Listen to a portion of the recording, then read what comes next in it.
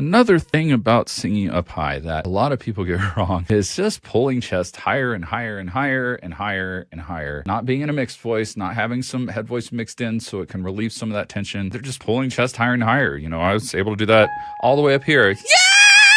Until I actually did it for about 10 seconds and had something pop in my larynx and my entire head voice range. Anything above that was gone for 3 months. And I was a teacher. That's scary. My livelihood was on the line. Thankfully, it didn't injure anything permanently. The ENT said that it was okay. I just needed time to heal and time to rehabilitate my voice. And that's when I learned how to do those really high notes properly. You're not pulling chest. In fact, above that note, maybe even a little bit lower. Above that, you don't need to pull chest. Yes, you can build strength.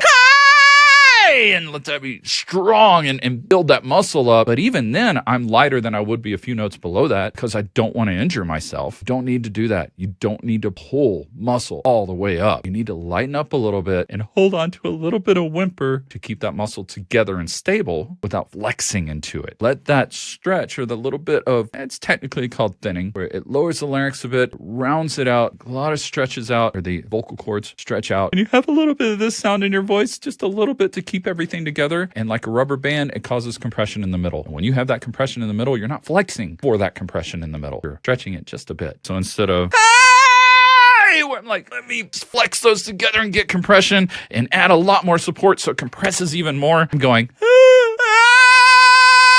and I can make it sound just as big, just as full, just as weighty, but I'm using this position instead. That will open your voice up big time, but you still got to train for the compression. You still got to train for the stability of the muscles. And I have a training routine for you for free in our school Rock Singing Success community in the link below. Hope to see you there. I'm happy to help you out. There's a lot of free resources.